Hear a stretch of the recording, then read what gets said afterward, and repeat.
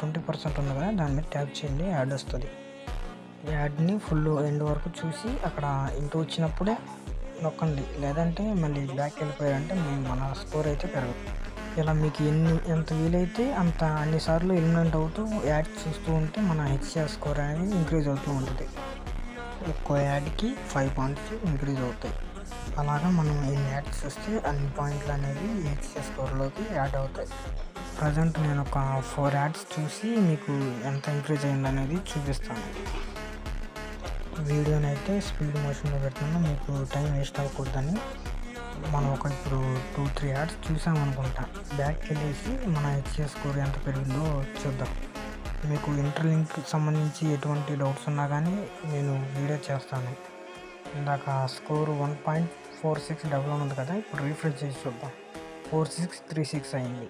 ఇలాగా మీరు యాడ్ చూస్తూ హెచ్సిఆర్ స్కోర్ని ఇంక్రీజ్ చేసుకోవచ్చు.